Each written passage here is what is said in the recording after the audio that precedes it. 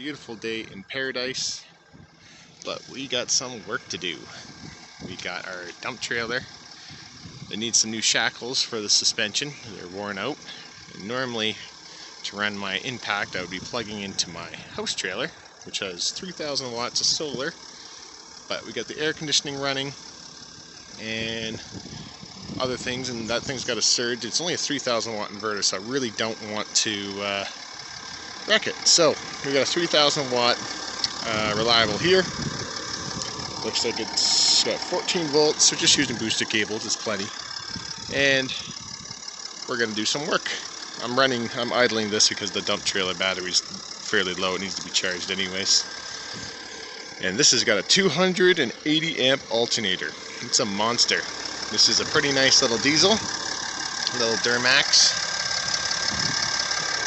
Can't really see much. All you see is the turbo there, but yeah, it's also a generator today. Anyways, thanks for watching. I'll update you as I go. Okay, and now I went to go fix my trailer, but my impact was broken.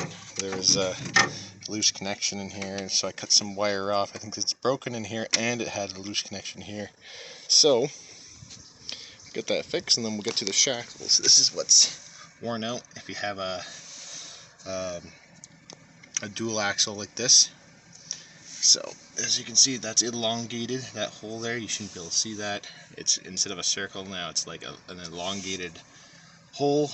And if I drive much more with a heavy load like that, they are going to break. And then we got some new ones right here. How's it going, guys? It's going off grid. And today we got the 60 volt 3000 watt reliable inverter opened up here because I just overloaded it. We're in our RV and we're making breakfast. This is all connected to a 15 kilowatt battery. I was defrosting some meat in the microwave. That 500 watt dehumidifier was on. The fridge is on electric, and what did it was they turned the Keurig on. So that's 1500 watts, that's 1000 watts, it's 500 watts, and that's about 400-ish watts, right around there. And the only reason this was even able to handle all those to begin with is because I upgraded the output FETs in this thing to IGBTs. It's a pretty good upgrade. It's not, you only end up getting a few hundred watts more, but I find it handles surges and stuff a little bit better. I upgraded this. The best way to do it is if you're upgrading, upgrade it while it's working, because when the output FETs fry, they usually take out your input FETs with it.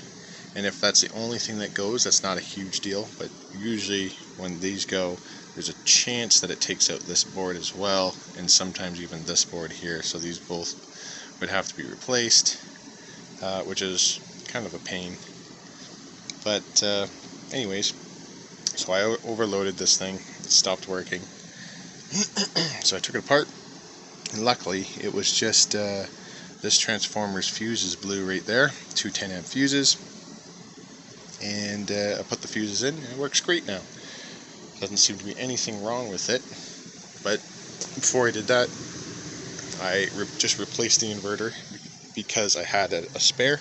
So this is that reliable 3000 watts. It's a different design, but it doesn't have a terminal block. That's one downfall to it, so it has to use a plug, which honestly, like, as long as you get a plug that can handle about 20 amps, it's pretty good, because that's about 2400 watts. And then I just pull some power out of the other outlet as well. But it seems to be doing really good. It's running our AC right now, as you can see, or here, I guess here. Anyways, it's running the AC, and everything's working really good now that I did this.